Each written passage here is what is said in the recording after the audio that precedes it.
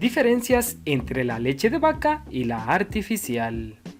Es muy importante conocer las diferencias que existen entre la leche de vaca y las artificiales, ya que los nutrientes son diferentes.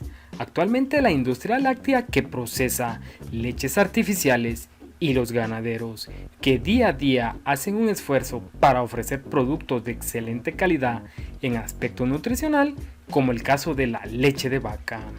La leche de vaca es rica en nutrientes como fósforo, calcio, riboflavina y vitamina B122.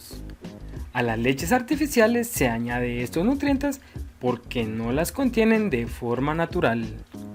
Los alimentos de origen vegetal no cuentan con la vitamina B122. Las leches artificiales de procedencia vegetal como la de almendra, soya, coco, arroz, entre otras, son productos de plantas que no deberían ser incluidas en la nutrición de los niños. Según la Sociedad Pediátrica de Canadá y la Asociación de Nutricionistas de Canadá, la leche de almendra es una de las más populares en la actualidad y se ha tomado como un reemplazante de la leche de vaca. La leche de vaca proporciona nutrientes esenciales como calcio, vitamina D y potasio.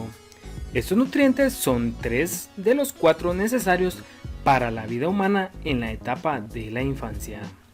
Por favor, suscríbete al canal y dale al botón de me gusta. Gracias por vernos.